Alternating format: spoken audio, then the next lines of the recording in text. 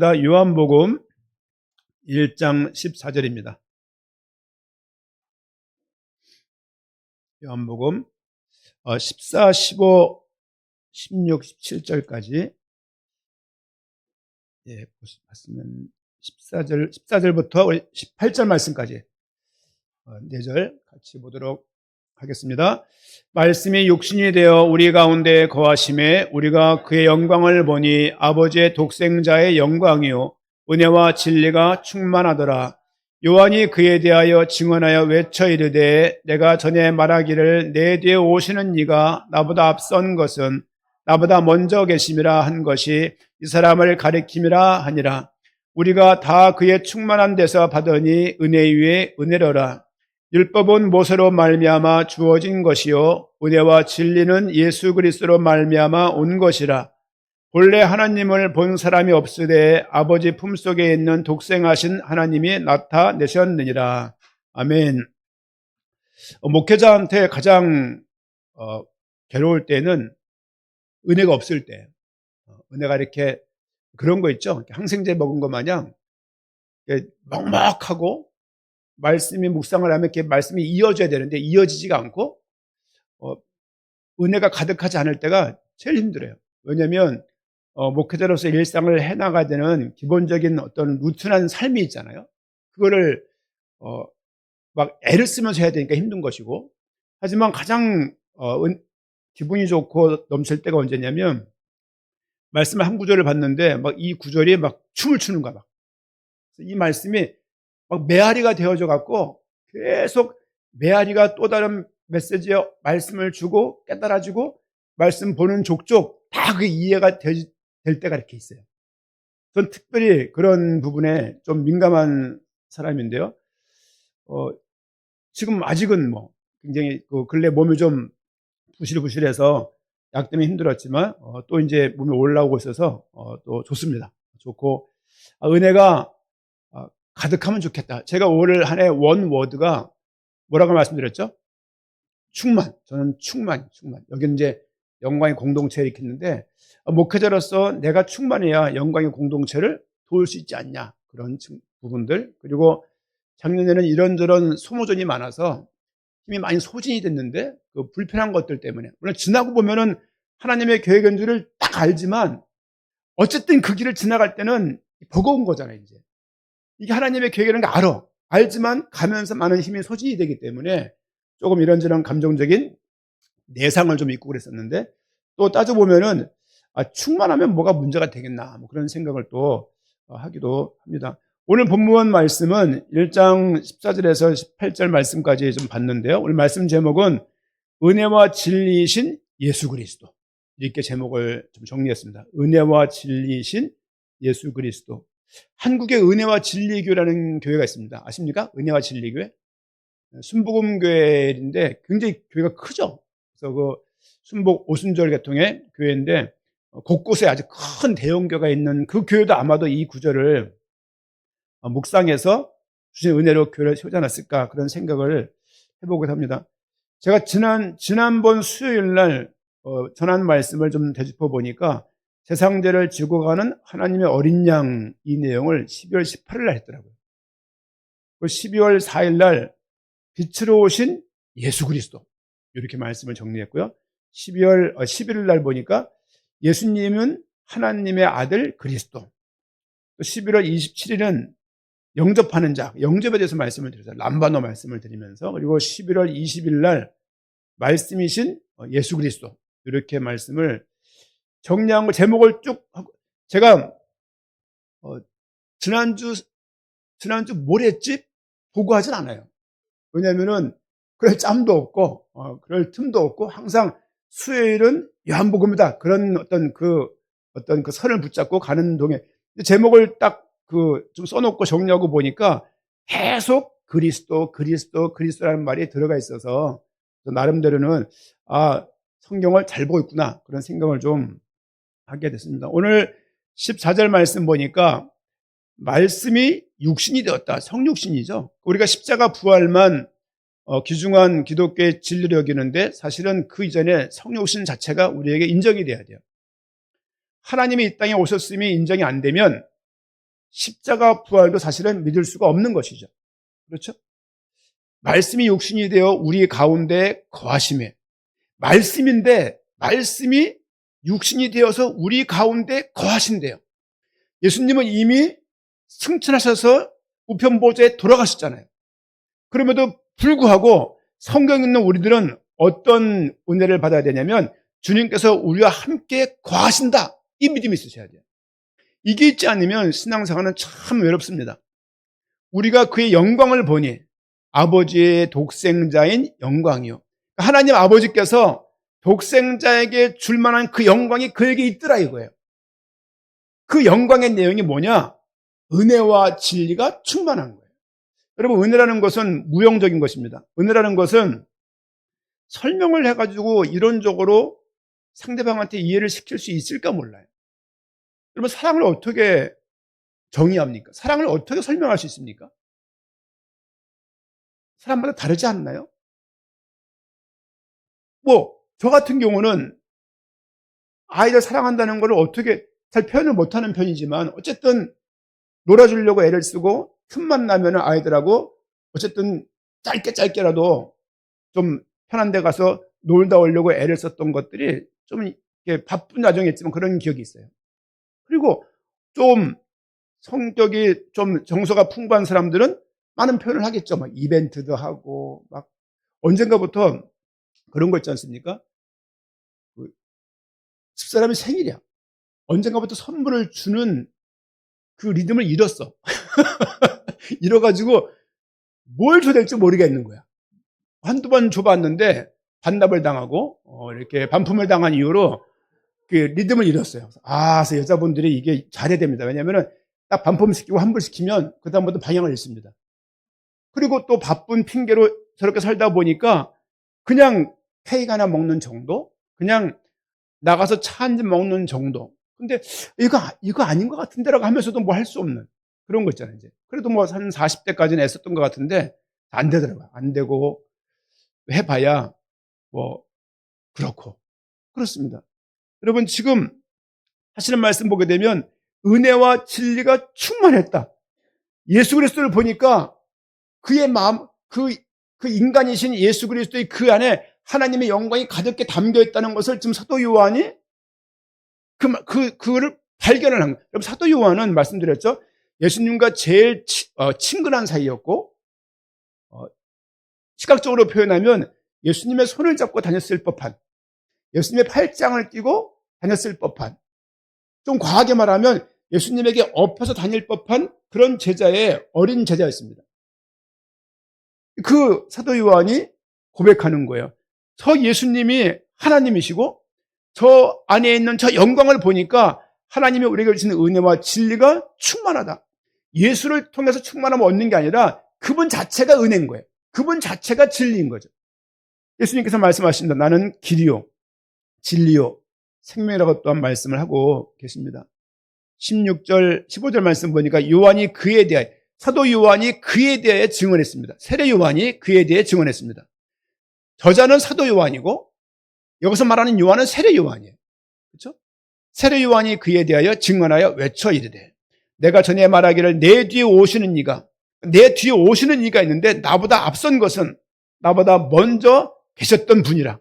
이 사람을 가리킴이라 하니라. 이 사람이 누구냐? 예수 그리스도를 향해서 하시는 말인 거예요. 이 예수님이 나보다 늦게 왔지만 먼저 계신 자야. 세례 요한의 엄마하고 예수님의 엄마 마리아하고 만나는 장면이 있잖아요. 누가복음에 그게 있거든요. 그 내용 보면은 참 놀랍죠. 그 세례 요한이 먼저 태어나고 몇 개월 먼저 태어났고 예수님이 공생애를 그쯤에 시작을 하게 됐던 것도 우리가 알 수 있습니다.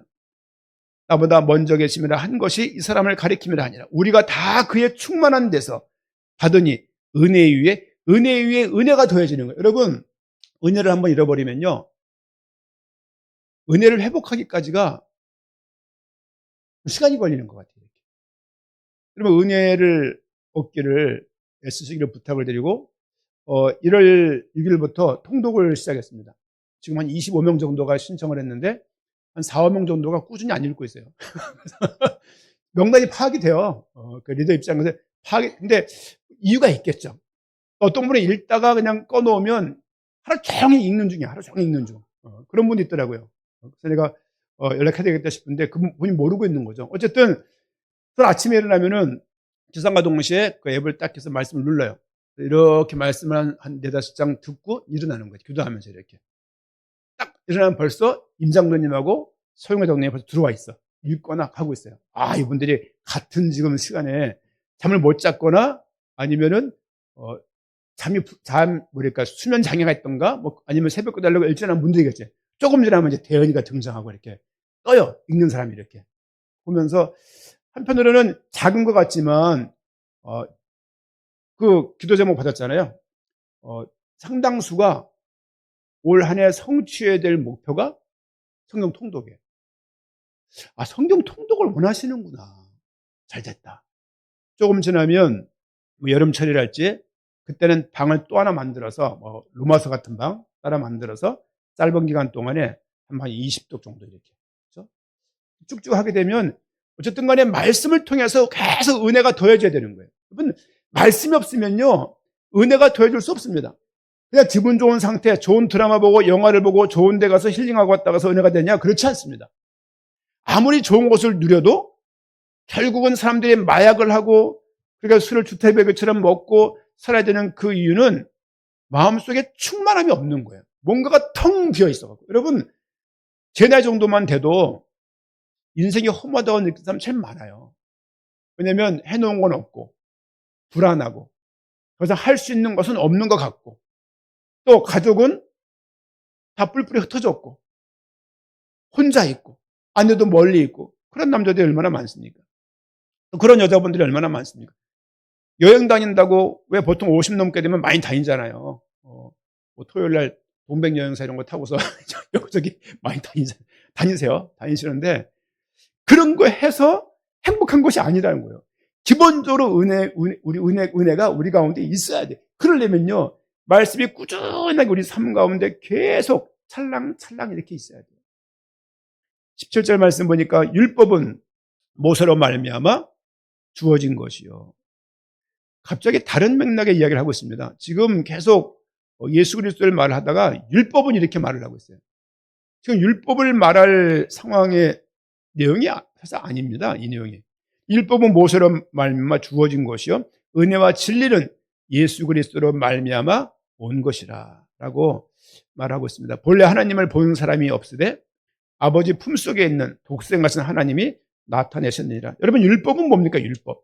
모세를 통해서 우리에게 주어진 것이 뭐냐? 율법이래요. 여러분, 율법은요 BC 1446년 출애굽했을 때 출애굽한 이후에 율법을 주신 거예요.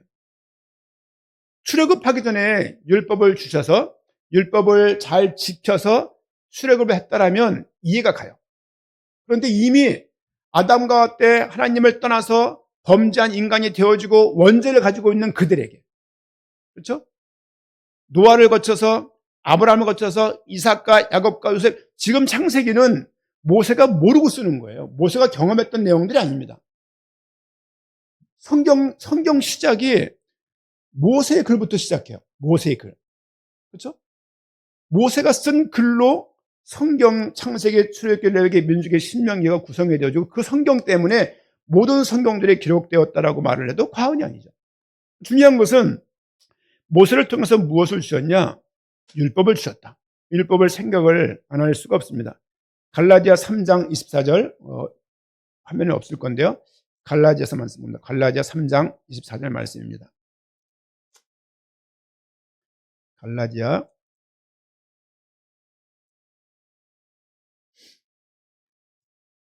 3장 24절 말씀 같이 읽겠습니다. 이같이 율법이 우리를 그리스도께로 인도하는 초등교사가 되어 우리로 하여금 믿음으로 말미암아 의롭다함을 얻게 하려 함이라. 율법이 뭐냐? 그리스도께로 인도하는 초등교사다. 그렇죠? 율법을 뭐라고 말하고 있냐면 초등학교 교사, 기초를 가르쳐주는, 그렇죠? ABC를 가르쳐주는 아주 기본을 가르쳐주는 것이 무엇이냐? 그것이 율법이라고 말을 하고 있습니다. 또 로마서 3장 20절 말씀 한번 보겠습니다. 로마서 3장 20절. 로마서 3장 20절 말씀 보니까 율법이 무엇을 하는 기능이 있는 것인지를 말하고 있습니다. 같이 한번 읽겠습니다. 그러므로 율법의 행위로 그의 앞에 의롭다 하심을 얻을 육체가 없나니 율법으로는 죄를 깨달음이니라. 율법이 뭐 하는 것이냐? 율법은 죄를 깨닫는 것이에요. 죄를 깨닫게 하시려고 하나님께서 율법을 주신 거예요. 율법은 초등교사고 기본을 가르쳐주는 교사고 율법은 죄를 깨닫게 하시는 그런 기능을 가지고 있는 것입니다. 그래서 율법을 어기게 되면 정죄를 당하고 송사를 당하고 고발을 당해서 죄인이라고 여김을 받는 거예요. 로마서 3장 23절 말씀 보니까 로마서 3장 23절 말씀 보니까 모든 사람이 죄를 범하였다. 모든 사람. 로마서 6장 23절 말씀 보니까 죄의 대가, 죄의 싹은 사망이다.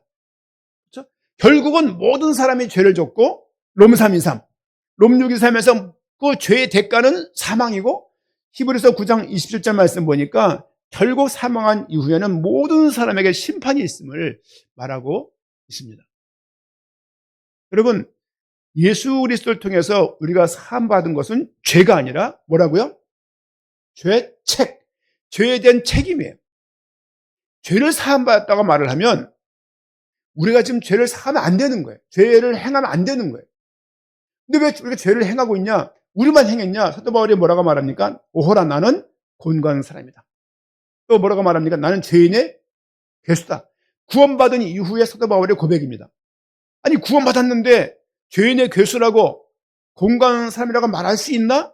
불완전한 구원인가라고 말할 수 있지만 그것이 아니고 주님의 속죄를 통해서 우리가 해결된 것은 죄에 대한 책임이에요. 우리에겐 죄성이 아직도 있는 거예요. 죄 오염이 있고 죄성이 있어서 계속 하나님을 안 믿으려고 하는 믿음 모양들이 계속 있다고요. 여러분, 구약을 보게 되면요, 결론이 뭐냐면 하나님의 구원받은 백성이지만 죄가 가득하다가 구약의 선언이에요. 죄 가운데 있는 사람들의 모습을 한 네 구절을 살펴보겠습니다. 우리 이사야서 59장 2절 말씀 화면에 띄울 건데요, 화면 보시면 되겠습니다. 이사야서 59장 2절 말씀입니다. 같이 읽겠습니다. 오직 너희 죄악이 너희와 너희 하나님 사이를 갈라놓았고 너희 죄가 그의 얼굴을 가리워서 듣지 않으시게 함이라. 너희 죄악 때문에 하나님과 인간 사이가 갈라졌다.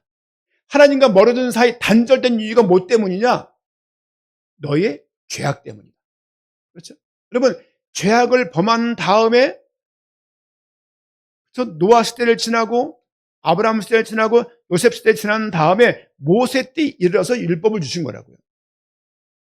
왜 주셨냐? 죄를 못 짓게 하려고 주신 게 아니라 죄인인 것을 알게 하려고 주셨다. 시편 14장 2, 3절입니다. 화면에 뜰 겁니다. 시편 14장 2절 3절 같이 읽겠습니다.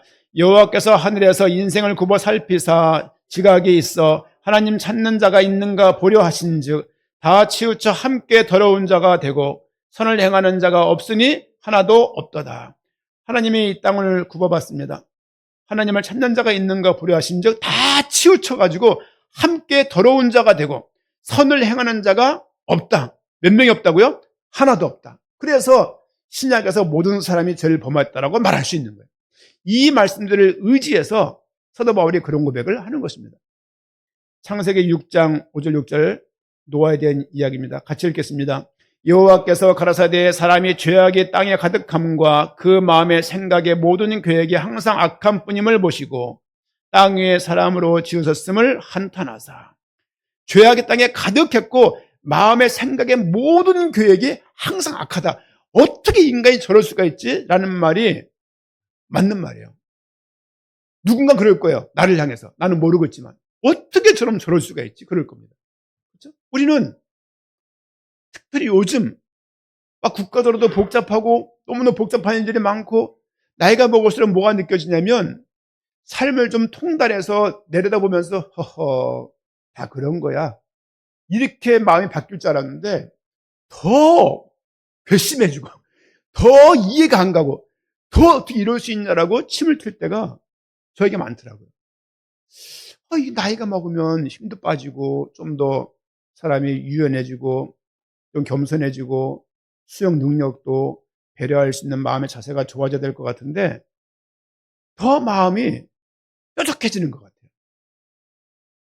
저만 그런지 모르겠습니다만은 이 구절들을 살펴보니까 사람이 한평생 살면서 하나님을 향하고 있지만 사도 바울조차도 나는 곤고하다. 나는 죄인의 괴수라고 말하고 있는 거예요. 여러분, 사람들 향해서 어떻게 저럴 수 있냐고 그러지 맙시다. 왜냐하면 사람이 원래 그래요. 이 말씀에 근거하면 사람의 나아질 기색이 안 보입니다.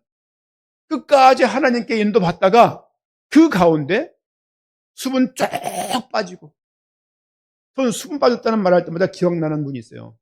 우리 이기영 집사님 기억나시는지 모르겠는데 순천향병원인가요?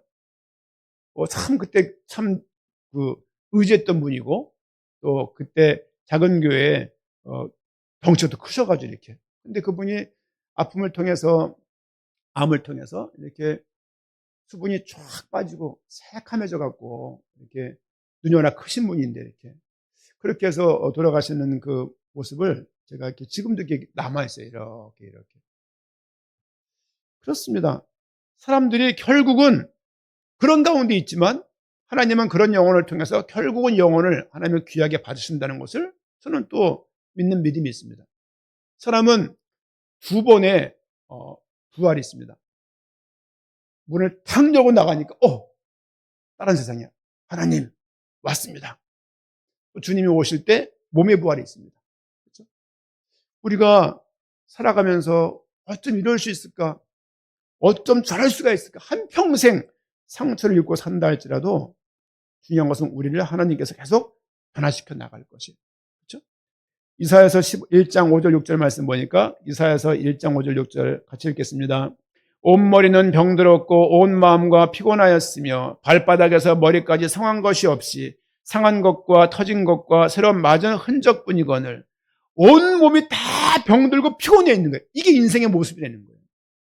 봤던 이사야서 59장 2절 말씀, 시편 14장 2, 3절 말씀, 창세기 6장 5절 6절 말씀, 또 보는 이사야서 1장 5절 6절 말씀 뭐라고 말하고 있냐면 죄 아래 인간 모습은 피곤에 쩔어 있고 하나님과 단절되어 있고 항상 악한 것만 하는 것이 인간의 모습이라고 성경에서 답을 딱 내고 있습니다. 그래서 율법을 주신 것이고 율법을 통해서 내가 죄인이구나를 알게 하기 위한 거예요. 율법의 구원의 조건이려면 아담한테 그걸 줬어야 됐어요. 아담한테, 예를 들면. 근데 행위 언약, 그렇죠? 이거를 선악과를 먹지 말라는 그 주신 그 언약 한 가지. 10가지 주신 것도 아니고 한 가지를 줬는데 한 가지도 못 지키는 거야. 왜? 사탄에게, 뱀에게 속아서 선악과가요. 그 나무가 거기만 있는 게 아니라 동산 중앙에 있는 나무예요. 그 나무가 여기저기 많았다는 얘기예요. 위치적으로 그거 만지지 마. 컵이 여기, 의자가 여기 많이 있는데 이 의자 앉지 마. 그거예요. 이게 뭐 신비한 능력이 있다 할지 사람이 현혹할 만큼의 그런 게 아니었어요. 그거를 따먹게 되어지고 따먹으면서 죄 가운데 하나님과 단절된 모습으로 죽게 되었고 그 모든 원죄가 우리 모든 인류에게 주어졌다는 것을 우리는 잘 알고 있습니다. 이걸 대표 원리라고 말해요. 대표 원리. 신학적으로. 무슨 말이냐면 한국하고 일본하고 축구에서 우리가 이겼습니다. 손흥민 국가대표가 이겼어요. 우리 뭐라고 표현합니까? 그거를? 누가 이긴 거예요? 우리가 이겼잖아요. 국가대표가 대신 떴는데 우리가 이겼대. 내가 언제 떴습니까? 마찬가지죠. 아담과 하와에 지은 그 죄를 우리가 지은 죄라고요. 인류의 대표로서 지은 죄가 우리에게 전가되었다. 죄가 전가된 거예요. 그리스도의 의가 전가된 것처럼 아담의 죄가 우리에게 전가된 것이죠. 그래서 율법을 통하여서 하나님을 의지하도록, 율법을 통하여서 하나님을 알아가도록, 율법을 통하여서 하나님을 향할 수 있도록 우리에게 율법을 주신 거죠. 하지만 전적 무능, 전적 부패하기 때문에 인간들은 하나님께 나갈 수 없다. 나갈 수 없다는 것을 알게 하려고 율법을 주셨다. 그래서 율법을 주시면서 항상 구약의 핵심 메시지가 뭐냐? 메시아가 오실 것이다. 구약은 전체 예언으로 구성되어 있습니다. 오실 것이다. 그리스도가 오실 것이다. 그 그리스도가 누구냐? 전적 무능과 부패에서 구원할 자임을, 기름 부음 받은 자임을, 선지자 제사장 왕으로 오실 것을 구약에서 계속 가득히 39권에서 예언을 하고 있습니다. 하지만 그럼 죄가 뭡니까? 죄. 성경에서의 죄는 하나님을 알지 못하는 거예요. 그게 죄예요. 제가 현장 전도 나갔을 때 막 말싸움이 벌어졌어요. 그 인문대 철학과 그쪽만 가면 이렇게 말싸움이 많이 벌어졌는데, 그 매점에서 이렇게 전도하다가 그 그러니까 근무 퇴근한 이후에 이제 지역 지교회 모이기 위해서 한 1시간 정도 전도를 이렇게 합니다. 했다가 말싸움이 벌어진 거죠. 선생님, 자기는 무슨 뭐 어려서 무슨 선행 뭐 효행상 뭐 이런 게 있나 봐. 보니까 막 자랑을 막 하는 거예요. 이제 자기는 뭐 비아냥거리는 거예요. 이제 선생님, 저는 효행상도 받았고 뭐 무슨 상도 받았고 착한 일 많이 했다는 뭐 웃으면서 낄낄거리고 그러는 거죠. 이제 선생님, 전사님을 안 불러냐, 선생님 하더라고요. 뭐 아저씨라고 부르기도 하고. 자기는 죄가 없다는 거예요. 이제 그래서 대뜸 했던 얘기가, 이 사람아, 하나님을 안 믿는 게 죄야라고 말을 했어요. 반박할 만도 한데 학생이 멈칫하더라고요. 카이스트 대전에 있는 카이스트하고 충남대인가 전도를 나갔다가 똑같은 일을 벌였어요. 개인적인 경험입니다. 좀 수준 높은 대학 가면 애들이 대화가 돼요. 미리 반박을 안 해. 다 들어줘. 나중에 아니요 이렇게 하더라도 뭐 막 그 친구도 그런 말을 하는 거죠. 뭐 죄가 있다는 것을 어떻게 증명할 수 있냐는 거예요. 그런 말 처음 들어봤어요. 그래서 하나님 안 믿는 게 죄야, 이 말을 했어요. 이 말을 했는데 뭔가 반박을 해야 되는데 멈칫하는 거죠. 이렇게. 여러분, 하나님을 안 믿는 게 죄입니다. 어거지 같죠? 어거지 같은데 성경도 그렇게 말하고 있는 거예요. 하나님을 알지 못하는 것, 하나님을 안 믿는 것이 죄입니다. 잘 믿고 안 믿고 문제가 아니라 우리는 하나님을 스스로 믿을 수 없습니다. 왜? 우리는 죄 가운데 있기 때문에. 그래서 하나님의 은혜가 필요한 거예요. 구원받기에 우리가 전적으로 무능하다. 구원받기에 전적으로 우리는 부패되어 있다. 여러분, 썩어 있는 거예요. 썩어 있는 게 다시 원상태 복귀될 수는 없는 것입니다. 로마서 7장 12절 말씀 보니까 율법은 거룩하고 계명도 거룩하며 의로우며 선하다, 이런 말씀이 있어요. 율법을 성경에서 악한 것이라고 말하지 않고 율법은 거룩한 것이고 계명도 거룩한 것이라고 말하고 있습니다. 이 얘기는 무슨 말이냐면 율법 자체가 사람을 죄 가운데 있게 하는 기능이 있는 게 아니라 죄인인 것을 알게 하는 거라고요. 사람들은 가지고 있는 종교성 때문인지 율법을 다 지켜 행함으로 하나님께 의롭다라고 칭찬을 받고 싶어 하는 거예요. 그렇게 될 수가 없습니다. 여러분, 1000년 이상 한 사회를 지탱했던 율법, 그렇죠? 그 한 사회에서 가장 중요하게 여겼던 그 기초적인 정신 사상, 철학, 그렇죠? 기초 이론, 윤리, 이 모든 것들을 통해서 주는 메시지가 뭐냐면 인간이 죄인이라는 거예요. 여러분, 구약 성경 마지막 책의 말락입니다. 어떤 말을 하냐면 레위인들이, 제사장들이 말씀을 저버렸다. 너희가 드리는 희생 제물의 똥, 너희가 드리는 이 더러운 떡 안 받아, 그래요.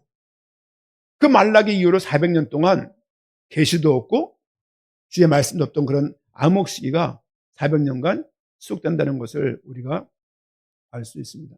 결국은 말라기가 마지막 책이잖아요. 결국은 뭐냐면 창세기부터 그렇게 많은 선지자를 보내고 그렇게 많은 왕을 보내고 그렇게 많은 제사장을 보냈음에도 불구하고 사람들은 하나님을 믿지 않더라. 그것이 인간이 가지고 있는 죄성입니다. 살아가면 살아갈수록 인간에 대해서 실망할 수밖에 없는 것이 인생사가 아닌가 싶어요. 사람 때문에 너무 많이 상처받지 마십시오. 왜냐하면 그것이 사람들이 가지고 있는 본질상 죄인의 진노의 모습인 것을 아실 필요가 있습니다. 그렇게 1000년 동안 유지해왔던 그 율법을 딱 마무리하시고 이거 아니야! 이거 아니고 새로운 진리로 오신 분이 있어요. 그분이 누구냐? 그분이 그리스도입니다. 그분이 행위가 아니라 은혜로 오신 거예요. 행위는 우리가 무엇을 조건을 충족시키고 요구하는 바를 행해야 되는 거예요. 은혜는 무엇이냐? 우리에게 거저 주어진 것입니다. 새로운 길로 오신, 새로운 진리로 오신 예수 그리스도를 정말 찬양하고, 올 한 해 영광의 복음교회 모든 성도님들이 통독을 통해서든 예배를 통해서든 지역 가정교회를 통해서든지 간에 우리 모든 성도들이 지난번 사도행전 2장 말씀처럼 가르침을 받아 서로 교제하며 떡을 떼며 기도에 힘쓸 수 있는 은혜가 우리 모두에게 있기를 부탁을 드리고, 그렇게 진행되기를 축원드립니다. 무엇을 행함으로 조건을 충족해서 얻는 것이 아니고 믿음으로 구원을 받는 것입니다. 이게 은혜예요. 네가 뭘 막 지켜서 구원받는 것이 아니고 구약에서 이미 끝낸 거예요. 야, 이거 율법으로 안 돼. 이거 안 되고, 구약에서 말하고 있는, 율법이 지향하고 있는 그 그리스도 메시아가 이 땅에 오셔야만 된다. 그분이 이 땅에 오셨다라고 지금 사도 요한이 적고 있는 거예요. 그래서 율법은 모세로 말미암아 주어진 것이고 은혜와 진리는 예수 그리스도로 말미암아 온 것이라고 굳이 말하고 있는 겁니다. 그렇죠? 오늘 17절 말씀이 아마도 오늘 본문 구절에서 제일 중요한 구절이 아닌가 그런 생각을 하게 됩니다. 율법을 이행하지 못했으나 고발당하지 않고, 율법을 준수하지 못했으나 정죄당하지 않고, 우리에게 거저 선물로 구원을 주시고 우리를 용서하신 거예요. 여러분, 구원에 대한 확신이 우리에게 없고선 신앙생활은 불가능합니다. 그냥 교회 나와서 그냥 어울리고 그냥 그런 코이노니아 하면서 그냥 그 어울리는 그 느낌, 그냥 감정 소모 없이 어울리는 그 느낌만 좋아서 교회 나오면 안 되고, 그건 기본으로 있는 것이지만 우리 삶 가운데 예수 그리스도를 통한 구원이 무엇인가를 계속 알아갈 수 있어야 됩니다. 그렇죠? 요한복음 1장 18절 말씀 보니까 본문 말씀 마지막 절이죠. 본래 하나님을 본 사람이 없어요. 본래 하나님을 본 사람이 없어요. 하나님을 본 사람이 없어요. 그렇죠? 제가 수요일 어젠가요 오늘인가 그 모세 새벽 예배 때 떨기나무 앞에서 모세 장면을 한번 이렇게 봤던 적이 있습니다. 그렇죠? 떨기나무에 불이 붙었는데 나무가 타지 않는 거예요. 모세가 신기하니까 다가간 거죠. 주께서 음성으로 말씀하십니다. 모세야 모세야 부르죠. 모세가 반응하니까 이것은 거룩한 곳이니까 신발을 벗어라 그래요. 그런 생각을 한 거예요. 아니, 모세가 신기한 장소에 간 것이 아니고 늘 갔던 아는 곳이에요. 아는 곳. 본인은 늘 일상으로 대했던 곳이에요. 일상으로 대했던 그곳에서 하나님의 부르심을 딱 받는 거예요. 부르시면 뭘 말씀하시냐? 애굽에 가서 이스라엘 백성들을 구원할 걸 말씀하세요. 모세는 40년간 광야에 살면서 모든 것들이 다 실족되고, 모든 것들이 다 소진되고, 모든 것들이 다 탕진되고. 여러분, 공부한 것도요, 제가 중국어를 배우려고 한 2년을 냈었거든요. 안산 캠퍼스에 있을 때 2년 정도를 중국어를 배워서 조금 말하면 요 정도는 듣는 거야 이제. 근데 그 이후로 한 10년 이상 안 하니까요, 뭔지도 모르겠어요 이제. 그런 거죠. 40년 동안 왕국에 살았지만 40년간 나이가 80이 되었는데 자기 양 하나 없이 장인어른의 양을 치고 있는 그런 상황이에요. 얼마나 지질이 궁상입니까? 80에 돼서도 자기 소유의 양이 없고 장인어른의 소와 양과 염소를 이게 목자로서 역할을 감당해야 될 정도니까 얼마나 삶이 궁핍하고 곤란했겠습니까? 그때 하나님이 모세를 부르는 거예요. 모세를 불러 쓰시겠다 그러는데 모세가 할 말이 얼마나 많겠습니까? 저는 할 말이 없었겠습니까? 영식아, 교회 개척하자라고 말 안 들렸지만 확신이 자꾸 드는 거예요, 이렇게. 근데 목사님이래. 하나님, 제가 지금 개척할 군번입니까? 예를 들면, 제가 개척할 때입니까? 그런 부분들. 저는 한평생 개척을 두고 기도한 적이 없고, 중학교 2학년 때 교회 중요한 일꾼 될게요. 그러고서 이 길을 달려왔는데, 갑자기 이런 상황이 자체가 어떻게 선택할 수가 없는 거야. 아니, 생각할 수가 없는 거예요. 밀려서 지금 여기까지 온 거거든요. 하나님이 하신다는 말이 이런 말이구나 하고 또 한 번 느끼는 거예요. 한 번도 제 동의를 구하지 않으시고 이렇게까지 하실 필요가 있나. 물론 벼짚어 보니까 많은 복선이 있었어요. 툭 하면 연사모가 이그지매요. 그 말 무섭거든요. 왜 또 그러나. 그러면 또 이제 그런 얘기가 이제 개인 목회에 대한 그건 없으세요? 묻기도 하고 이제 동네 밥 먹다 말고 그렇죠? 목 긁다가 등 긁으면서 배 긁으면서 개척 아니에요? 뜨끔뜨끔 하세요 이렇게. 그런가 보다. 지나가 보니까 그런 복선들이 막 깔려있던 거예요 이제. 이렇게 그런 신은 걸 몰랐어요. 저는 좀 둔해요 그런 면에서 이렇게. 그러다 보니까 오게 된 것이죠. 그런 거죠. 모세를 하나님께서 그 떨기나무 앞에서 부를 줄을 모세가 알았겠냐고요. 양 밥 먹이고 쉬고 나음의 때 잠자던 곳인데 거기에서 하나님의 부름 받을 줄을 어떻게 알았냐고요. 늘 본인이 다니던 땅인데 신을 벗으라는 거예요. 신을 벗는 게 무슨 얘기냐면 네 모든 건 내려놔라. 그 얘기입니다. 그렇죠? 내가 할 테니까 모든 건 내려놔라 라고 말을 했지만 그 이후에 계속 많은 말을 합니다. 내 입이 둔합니다부터 시작해서 많은 변론을 하고 변증을 하지만 하나님의 결국은 그 부르심이 얼마나 크냐 200만을 이끄는 자리에 서게 된 거예요. 생각해 보세요. 제가 지금 광명이 28만 명인데요. 제가 가서 광명 사람들을 전부 여의도 광장으로 모이게 하려고 그래요. 제가 나가서 현수막을 붙여놓고 메가폰 소리 지르게 되면 몇 명쯤 올까요? 여의도로. 사람들 뭐라고 말할까요? 미쳤구만 이럴 거예요. 모세가 그 당시에 광야에 40년간 있었기 때문에 이스라엘 백성들한테 이제는 이름 있는 인물이 아니라고 이제. 그런데 모세가 말을 했을 때 그들이 움직이겠냔 말이에요. 움직이지 않습니다. 왜? 미친 거 아니야? 너 뭔데? 네가 무슨 권한이 있는데? 누가 시켰는데? 무슨 계획이 있는데? 이렇게 말해버리면 할 얘기가 없는 거예요. 근데 하나님께서 모세를 통해서 10가지 재앙을 일으키고 그런 국가적인 재앙이 딱 임하니까 모세가 그때 보이기 시작하는 거죠. 하나님께서 그렇게 일상생활 속에서 하나님이 그렇게 부르시는 거예요.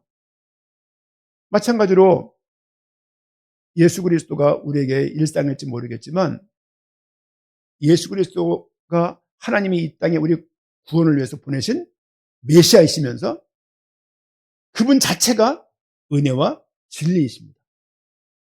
본래 하나님을 본 사람이 없는데 아버지 품속에 있는 독생하신 하나님이 나타나셨대. 그가 누구냐? 그 예수님이 그분이신 거예요.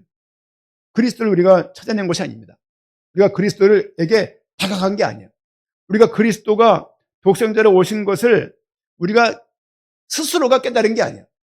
하나님의 은혜에서 깨닫게 된 것입니다. 우리가 우리 죄를 자각하거나 우리가 우리 죄를 인지한 것도 아닌데 하나님 우리를 기뻐하심으로 우리에게 다가오셨다는 이 사실이 큰 은혜입니다. 그렇죠? 교회마다 많은 슬로건이 있는 것 같아요. 슬로건 이렇게 이런저런 슬로건. 또 우리가 과거에 경험했던 그 교단에도 슬로건 천지였어요. 훈련 천지고, 그렇죠? 나름대로 거기에 나를 얹어 놓으면 뭐가 바뀔 줄 알았고 따라가면 뭔가가 될 줄 알았어요. 결국은 그것이 아니라는 것을 알게 되는 그 순간 좌절, 좌절, 쿵. 그냥 뭔가가 끊임없는 챗밖에 만들어 놔가지고 계속 뛰긴 뛰는데 한 10년을 뛰는데 딱 내려보니까 러닝머신이야. 그 자리인 거죠. 나간 게 아니라 세계복음화 그렇게 외쳤는데 무슨 세계복음화? 성경 하나 안 읽는데 무슨 세계복음화 예를 들면 성경 하나 못 읽고 기도 하나 혼자 못하고 그렇죠? 조금만 문제 오면 두려워하고 조금만 문제 오면 사단마귀 찾고 이런 상황에서 무슨 믿음이 있어요? 무슨 믿음이? 그런 생각을 제 과거 통해서도 그걸 보게 된 거예요. 하나님이 너무 놀라우신데 이렇게 마음이 너무 쫄아들어 있는 거예요. 이렇게.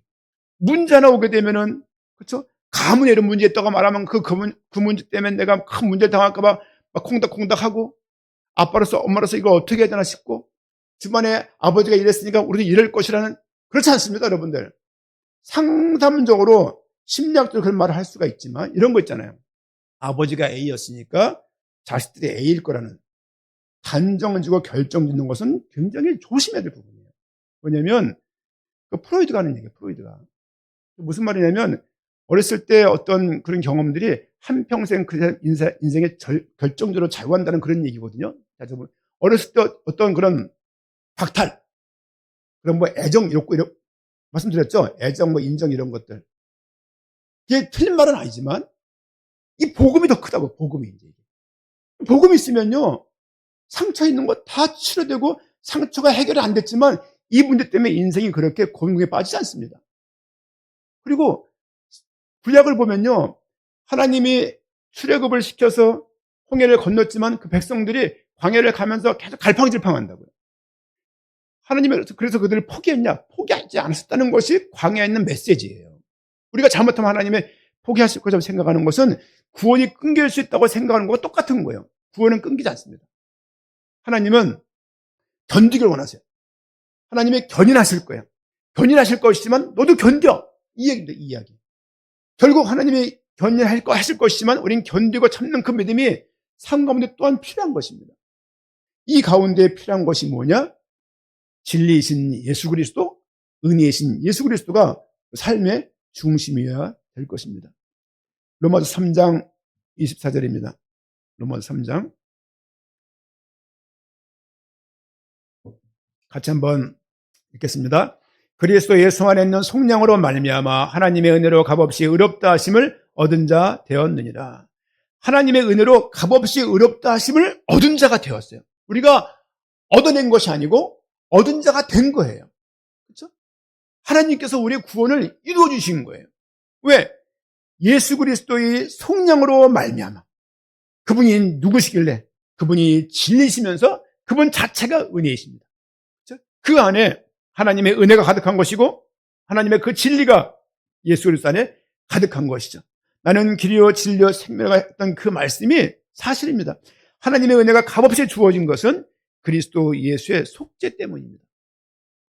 그래서 의롭다 하심을 얻은 자가 되었습니다. 예수 그리스도가 은혜이며 진리이십니다.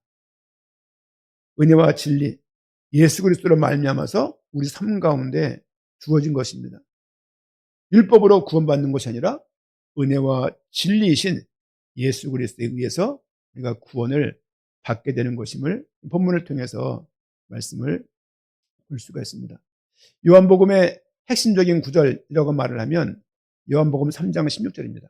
하나님이 세상을 이처럼 사랑하사 독생자를 주셨으니 이는 그를 믿는 자마다 멸망하지 않고 영생을 얻게 하려 하심이니라.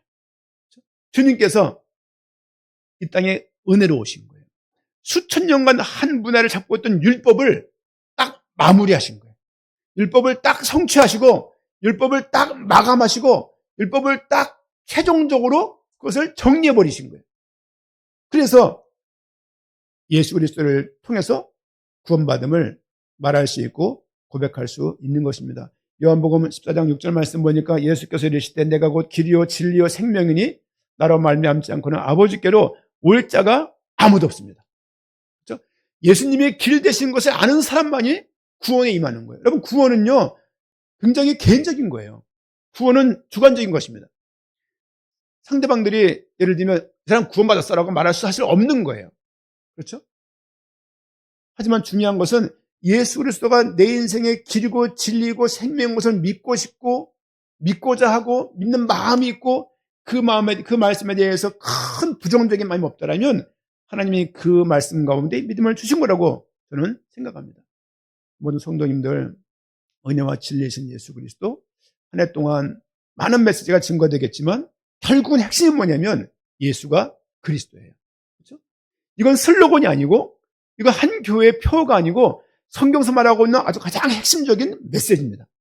예수가 그리스도. 근데 이것을 예수 그리스도 이렇게 2인인사, 236, 248 이렇게 말할 것이 아니라 성경에서 어떻게 무엇이라고 증언하고 있는지를 계속 살펴보면서 예수 그리스도의 믿음이 커지기를 부탁을 드리고 믿음이 깊어질 수 있는 은혜가 우리 모두에게 있어야 할 것입니다. 아멘.